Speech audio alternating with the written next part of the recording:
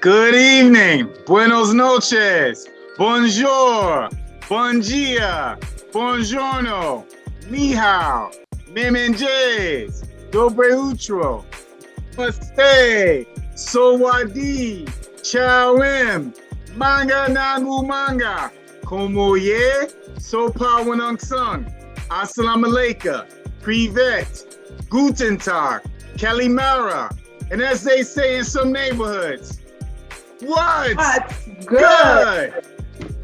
And welcome to the Cultural Flip Side. My name is Kevin Booker Jr. And I'm Daisy Torres.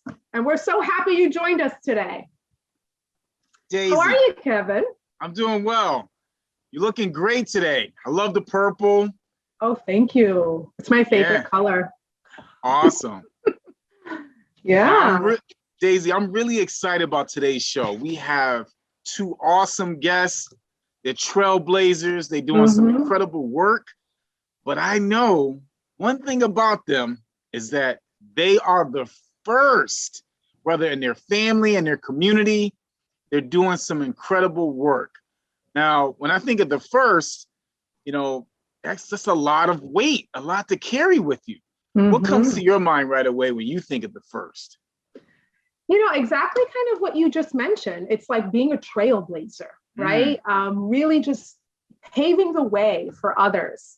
And that comes with some pressure, right? And I'm sure it comes with a lot of challenges, as we will find when we talk to our two guests today. I am really excited about our guests. Yes. The first guest, and I want to just talk about her because I'm excited. I'm excited about her.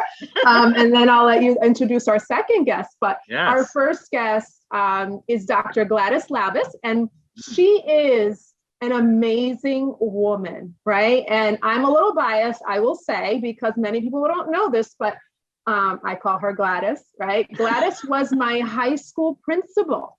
In my hometown of Meriden, Connecticut, and she was the first Latina administrator in that district.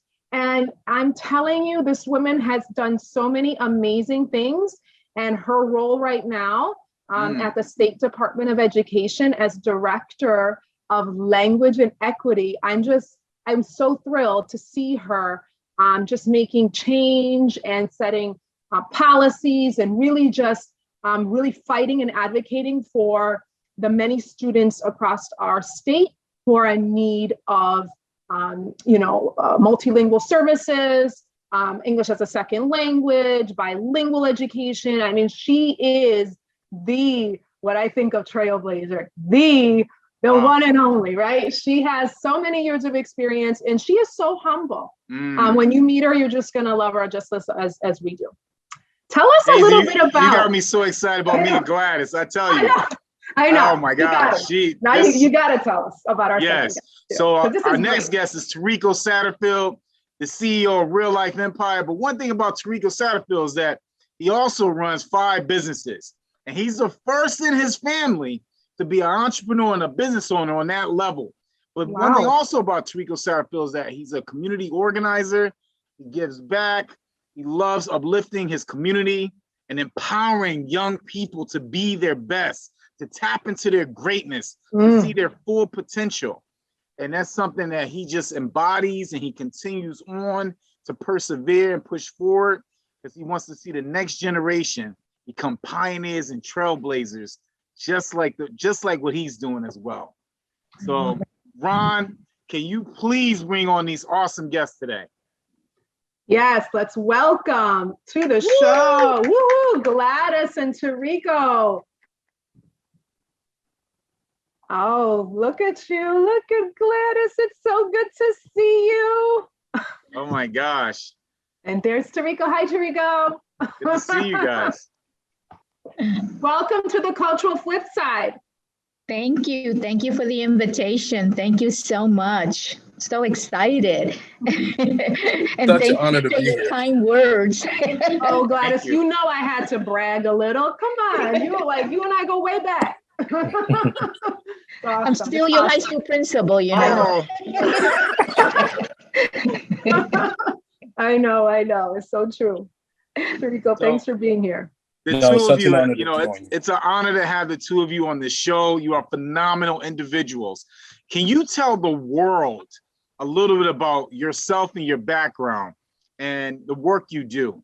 I'm going to start with you, Gladys, Principal Gladys. And then I'll go right to Tarico. Okay, well, as you know, I was born and raised in Puerto Rico. I was educated totally in Puerto Rico. I went to the University of Puerto Rico, and I remember in my late elementary, middle school, my father says, you got to go to the U.S. and stay with your aunt to learn a little more English. And so I came to one of the urban districts here in Connecticut. And it's interesting because when I went to register and I wanted to go into college courses, which was what I was doing in Puerto Rico, the guidance counselors, and this is in the 60s, the counselor said to me, you don't belong in college. Oh my gosh. That's not where you belong. Those are the words he used. And the reason I'm saying those words is because that stick with me. So all through my career. And I would never allow any teacher, anyone to ever use those words in my school. Right. You don't belong. That is not those, and you know, no teacher, no one ever used it. Maybe and I never told this story to anyone, but they kind of read somehow through me that those are the words you just don't use in this school. And that's how, that's one of the experiences that really shaped me in a way. And so I went back to Puerto Rico, got my degrees, and then suddenly they were recruiting teachers for Connecticut, and I came to Connecticut. And I was a bilingual teacher in another urban district. And from there, I became a special ed teacher and then middle school administrator and high school assistant principal and principal. And yes, I was the first Latina to run an urban high school. Wow. Yeah. In the state of Connecticut? Yes, yes. Wow. Wow. Yeah. Wow. Yeah. That's amazing. Wow. Wow. Yeah, and of course, one of the questions asked in the interview was, you know, this is a man's job. What are you going to do with your family? And again, this is the 80s. Right. And of course, I looked at the person and I said, the same thing you do with your family. I don't know. Good for you. That's right. Good for you. I didn't think I was going to get the job, but I did. Thank you so much for that, Gladys. Wow. Mr. Satterfield, Tarico. Wow, listen, after hearing Gladys share, wow, how amazing to, one, be in your presence and meet you. So nice to be here with you. But guys, I bring you greetings from Jasper, Alabama, originally. I now live in Ledyard, Connecticut.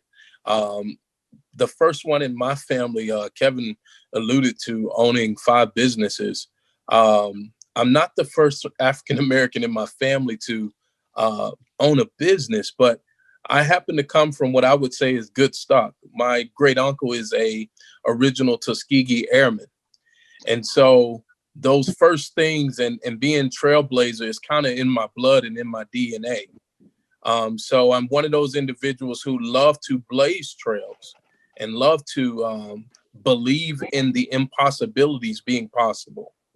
When people with impossible language cross our path or impossible beliefs about who we are and our cultures and how we experience the world, I walk towards those people because I am a possibility. And what I believe is possible is everything. When people tell us to dream big, I'm a big dreamer, and I'll never minimize my dreams to fit people's impossible ideals about who or what I can become. And I just seek to encourage more young people to start living life that way, fearless and believing in the possible dreams that they have about themselves. And they can be the first ones to do a lot of great things here in our society. So I'm honored to be here with you guys. Awesome. That is awesome. Thank you so much for both of you for being here. I'm excited for the world to hear your story because you both have a very important message and story to tell. And so we're going to get right into it because I want to hear, and I know our viewers do as well. So first question I have is, as the first, given that the title of our show is The First, tell us a little bit about your journey. What were some of the challenges you faced? So I'm going to go back to you, Gladys. I will start with you and then we'll go to Tarico. Tell us a little bit. You alluded a little bit to it. Yeah, I had other challenges too when I first came into this new system. I was in an urban district, I was a bilingual first, second grade teacher. And we were put in the basement as a class. And that also was special ed because in those days, classes that were different could not be seen in a way. So, and kids were getting sick. So parents were asking me, can they go and talk to the board and if I could go and translate for them in this district? So I said, sure, why not? And I did. And I translated, and they were talking about their concern of being in the basement next to a furnace kids were getting sick and so on. And so I translated. The next day, the principal came downstairs and said to me that I was fired for translating. Gosh. Yep. Wow. Yeah. And so I said, okay, coming from, Puerto Rico, where you have no unions at that time, I started to pack up. I said, okay. And all I could think of, what am I going to say to my father when I return? But the union came down and supported me, I have to say. And they were very helpful, and they got my job back. But then I had a mentor at the state level that said to me, you won the battle, but I don't know if you're going to win the war. It's one of those things. And he says, but I have another job for you. And I said, oh, where? Meriden. And I says, oh my goodness, where is that? And so he explained, and that's how I ended up in Meriden.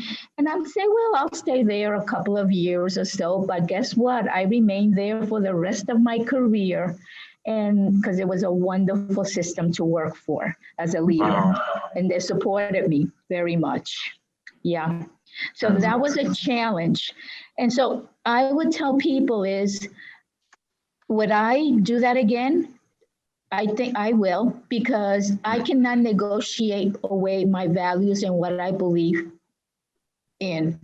And if I have to, again, stand up and speak, I will do so. And that's how it is, because you have to say the truth. You got to speak up for people and give voices and help others in that respect. And so that's my experience. Thank you so much for sharing that, Gladys. It was really great to hear. And I didn't even know that, that piece. But you know what? That was Meriden's game, because we got it, right? And so that was awesome. Things happen for reasons. I truly believe. Yeah. Tarico, let's hear from you. Yeah. So I think for myself, really my story is really growing up in poverty, Alabama, really growing up struggling and seeing what it felt like close with sister me. And I'll never forget having to go to school and share clothes with her and being made fun of by friends even and people. I remember struggling as I matriculated through school. I struggled, and school was difficult for me. I had to fight I remember one math class I had to take 3 years in a row. But the thing that I always clung to, my mother, who has always been an example of strength and always been an example. She shared a story of getting pregnant when she was in high school twice. But the thing that she shared with us that I carried kind of in my back pocket was she never missed a day of school.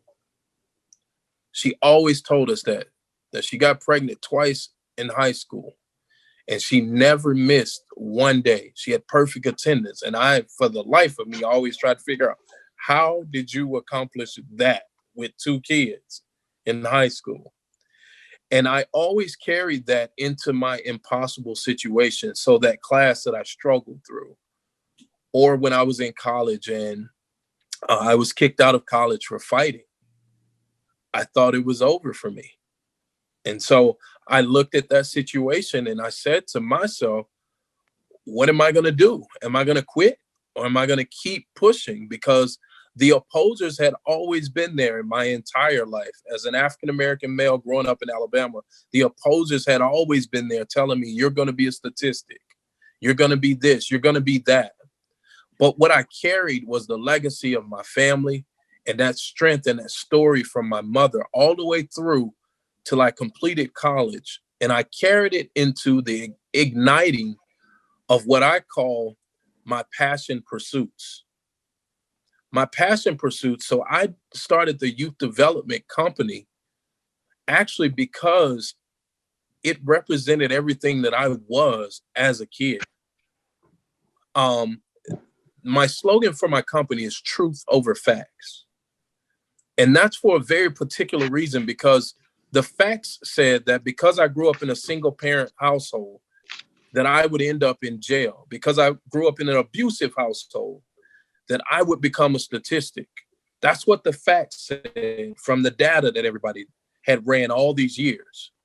But the truth was that my life and my success was a possibility, even with the failures and the obstacles that I had gone through. And so I set out to prove just what my mother proved, that even though her circumstance, even though she had 2 kids in high school, she could show up every day and not miss a day of school. So if my mother could do that and go against the grain of statistics, then I said to myself, so can I. I can start a business, not just one business. I can start 5 businesses. Matter of fact, I can launch whatever business I choose to launch. Why? Because greatness lives on the inside of me. And when we get that greatness out into the world, oh man, what a better place the world becomes, because we start helping people who don't think they can win figure out that there's a winner that lives in them. And so that's just that's a nutshell of my story. I wanted to keep it short, sweet, and simple. I couldn't touch Gladys's story, which was amazing. Thank you guys for sharing, and thank you for having me. And the question was great, Daisy. Thank you so much for that, Trico. I mean, that's what's resonating with me right now with what you just said is the greatness lives on the inside. I couldn't agree with you more. Right? We are not defined by statistics or right. We are in control of our own journey. But you're right. We can't be defined by statistics in our life, right? So we can't. And that was very powerful, Trico, when you were sharing that. You know, it's so important, extremely important. So one of the questions that comes to my mind, you know, at this point is looking back, because you talked about truth over facts, right? And looking back at yourself as that young man going through poverty, that young man dealing with all those trials and tribulations. Looking back, you know, what would you tell your younger self, given your experiences and where you are today? And what was your biggest lesson that you have learned so far, Trico? The biggest lesson, Kevin, that I think I would say that I've learned is a lot of us are afraid of failure, and you live a life and lead a life that tells you have to be perfect.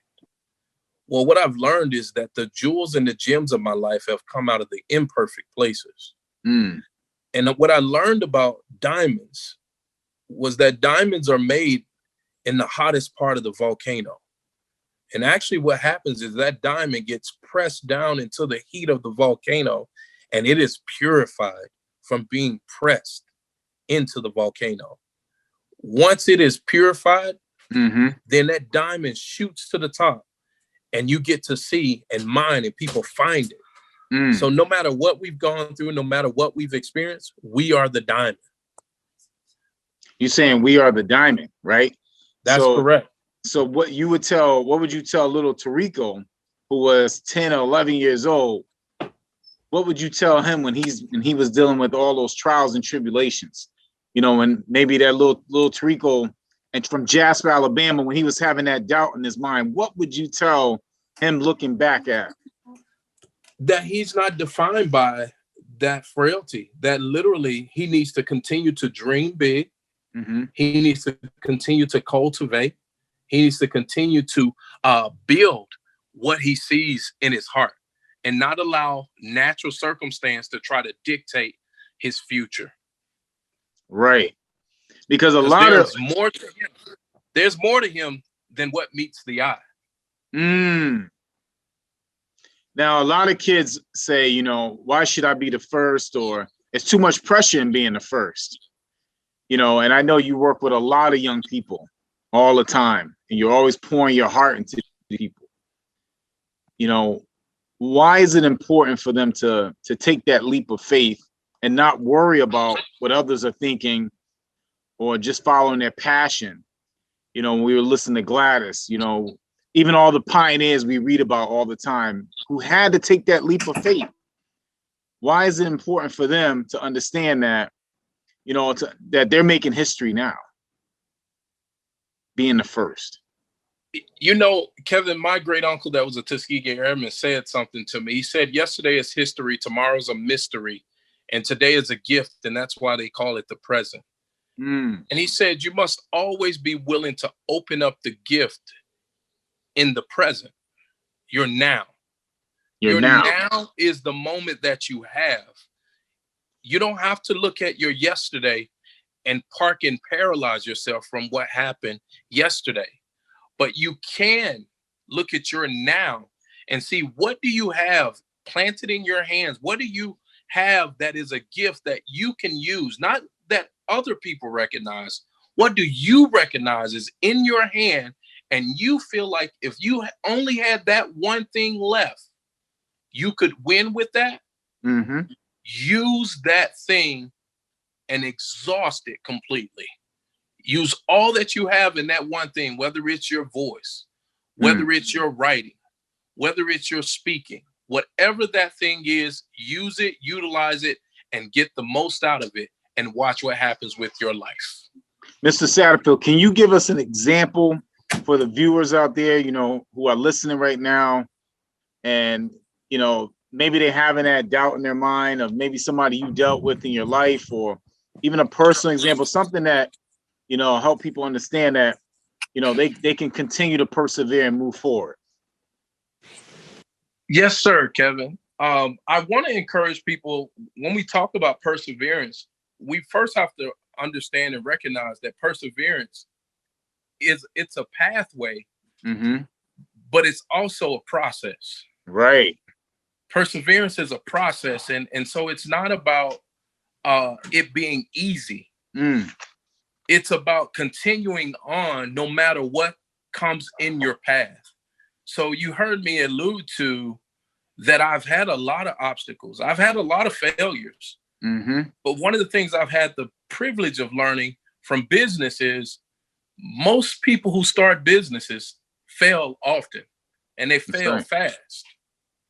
So they don't get hung up by their failures. Well, we do a good job in education. We do a good job teaching how to get the A.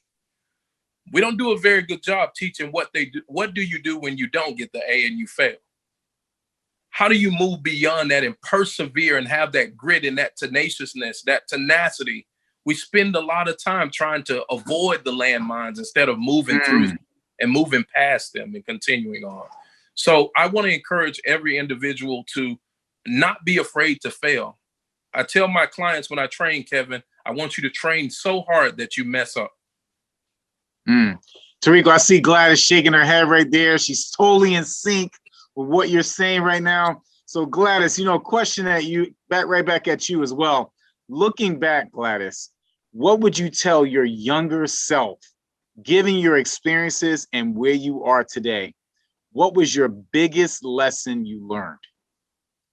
It's like Tarico said, you never give up.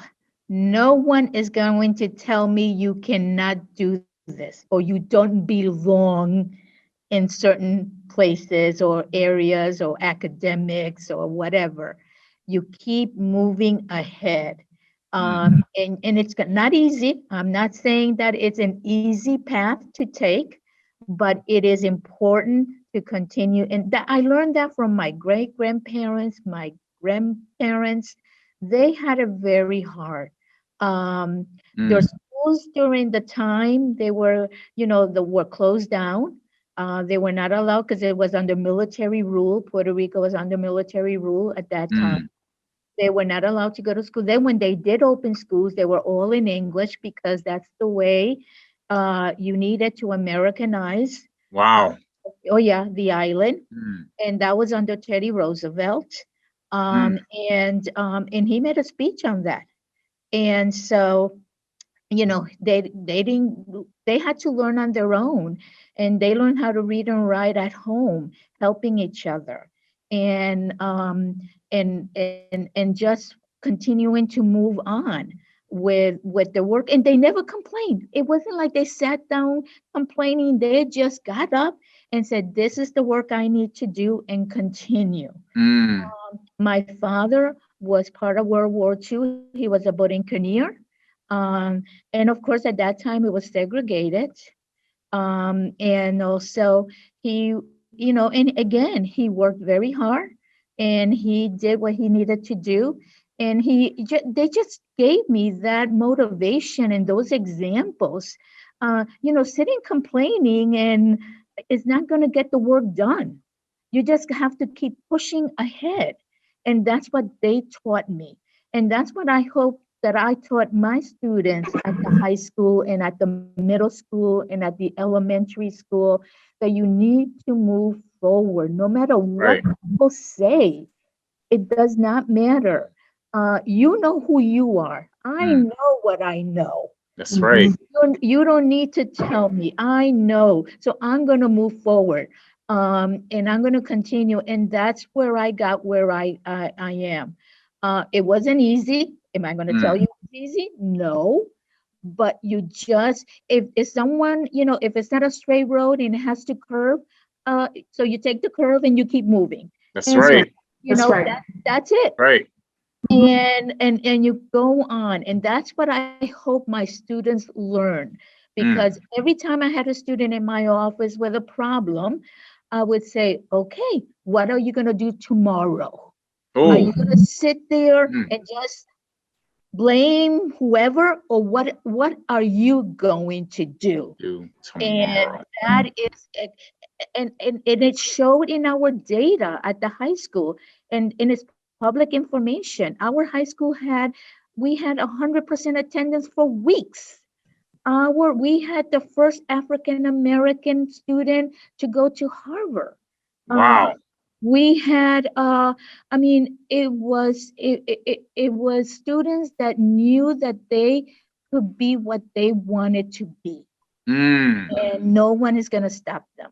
That's right. So powerful, Gladys. And just, you were talking about your former students. As a former student, I will just say that, it was really powerful as a young Latina at that time to see someone who looked like me running a school, right? And being able to do that with such grace. And let me just tell the viewers that, Gladys was very humble, and, she was strict. She led a tight ship, right? People followed directions. Listen, I remember your morning sweeps, right? Hallway sweeps. Everybody get in your classroom right now. Hurry up, right? You get the tension. I was running right into my class. But, she taught us about the importance of showing up and being, present and prioritizing education. So Gladys, I can't thank you enough. Yes. Because I don't feel like if I didn't have these strong role models in my life, I would not be where I am today. So you are one of those people for me, and you will always be, right? Wow. So I just want you to know that. All right, I'm gonna get a little, let me stop.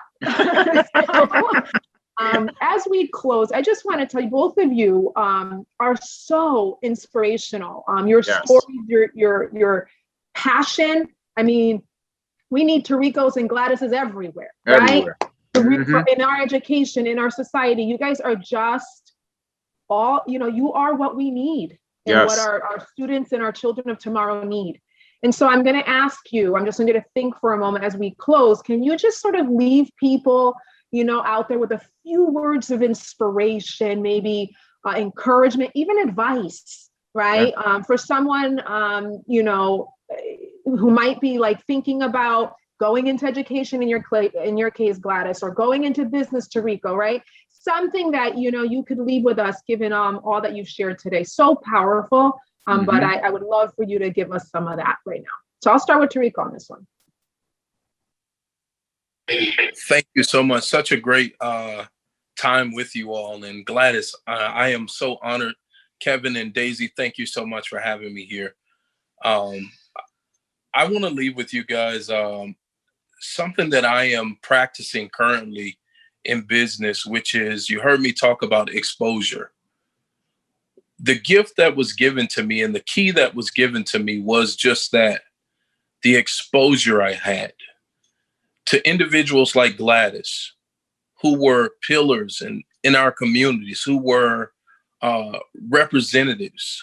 There was some ancestral connection to that individual. Those faces in spaces and in places that we went, for me to be able to have that exposure to those individuals. I talk about my uncle because that was life-changing for me to know who he was.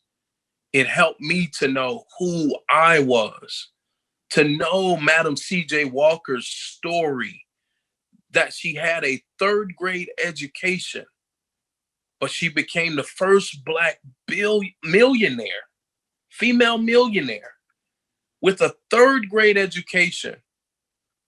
I had to use that as fuel to expose myself and be willing to know that there had to be something special that I was carrying on the inside of me that was trying to get out into this world. And so I had to be willing to continue to mine and dig that treasure. There may be a lot of dirt on top of it, but I got to continue to dig, persevere. You guys said it earlier, persevere, and keep moving through the dirt of my life. Keep moving through the dirt and the difficulty to see the gold that's in the treasure box. So every young person, there's gold in you. There's a treasure in you as an earthen vessel. And I want you, like Gladys said, continue to cultivate, continue to receive no, continue to fail, continue to get A+, continue to be passionate, continue to not quit, continue to say yes to you, and watch what dreams come alive for you. Thank you so much for having me here today. Thank you so much for that, Tariko. Oh, I love it. Love it. So I could feel it, the passion. Thank you. Thank you so much. How about you, Gladys? Closing word? Yeah, that was wonderful. I don't know how to top that. That is beautiful. What I would say to right now, if I had students in front of me, I would say, never negotiate away your values, what you believe in. Stick to what you believe in. And as adults, I know it's hard, because sometimes it's so much easier to say, okay, all right, let it go. But no, you need to really stand up in what you believe in. And it's going to be hard. It's not easy. It's not an easy road. But I truly think that you will benefit when you start, embracing your beliefs, your values, and that's important as individuals. And also helping others. Someone helped me. Let's step up and help others as they're climbing that ladder or moving on. We didn't do it alone. We did not. We had someone always with us. So let's not forget that others need us, just like we needed other people. So I hope that, you give a helping hand. As we say in my culture, darle la mano a otra persona. We give a hand to each other. And, and that to me is important. And those are my values, and I'm not negotiating those away for anyone. And I hope that you would do the same thing. Wow, that was beautiful. Beautiful. It's like what we say in Spanish también, Gladys, right? Pa'lante, siempre pa'lante, always moving forward, right? Mm-hmm. Keep moving forward. Thank you so much for that, both of you. Again, I can't even begin to thank you for your time today, for your message, for your inspiration, for your words, just being vulnerable and sharing your journey. Very powerful, right? We, Kevin and I often talk about the power of stories, right? Yes. And this was one of those shows today, to me, that resonates very strongly because of your specific story. So thank you again. Thank you so much for being on the Culture Flip Side. We love you and we appreciate you for all the great work you're doing. Thank you. Thank you. Daisy, that was a phenomenal show today. I am just cannot even explain how I feel. I'm speechless. I have my high school principal on the show. Yes. Oh my gosh. There's a couple of things I took from that was, give a hand to each other. And, just like what you said, even at the end, always moving forward, like continue moving forward, no matter what is going on in your life. I agree. And, something Tarico mentioned that really also resonated with me. Two things. He said, if they can do it, so can I. Right? This idea, I can do it too. Right. And he also highlighted the importance of, exposure and how, representation matters. That's right. It is so important. And I just loved that in their own way, they were both highlighted, that piece that was so very important for our students, our families, just everyone to really take away. I just think it was an amazing show. Yeah. I loved it. I think it's that time, Daisy. Yes, it's your words of wisdom, your powerful prayer. Kevin, you do such an amazing job with that. And when you pray tonight, I really just, I want you to, I really am hoping that we just lift, there's so many leaders out there, right? That we want them also to inspire and lead our next generation of students. So take it away. You know what? Let's pray together on this one. You start it off and then I'll end it. Well, okay. Dear Lord, we just want to thank you for our two amazing guests today, Dr. Gladys Labus and Tarico Satterfield. We ask you that you keep them in your journey and your thoughts, Lord, so that they continue to lead and cultivate the minds of our youth all around the state. Continue. And God, thank you so much for blessing us with another day, Lord. God, please protect our leaders and our upcoming leaders and people who desire to be the first in whatever field they desire, Lord. Please cover them and cover their families and their support groups. And God, help us to stay encouraged and help us to continue living by faith and not by sight. God, we love you. We appreciate you. And we thank you so much for this time today on this show. Thank you. In Jesus' name we pray. Amen. Amen. Gracias por estar con nosotros hoy. Felicidades. Que tengan un buen día. Thank you so much for being with us on the Cultural Flip Side. Absolutely. Remember, you can pray anywhere. If you don't feel like praying, you can also meditate, take a walk, whatever it takes to tap into your greatness and be a better version of yourself. I hope you have a wonderful day. Thank you so much for joining the Cultural Flip Side. Have a great day, everyone. Adios. Peace.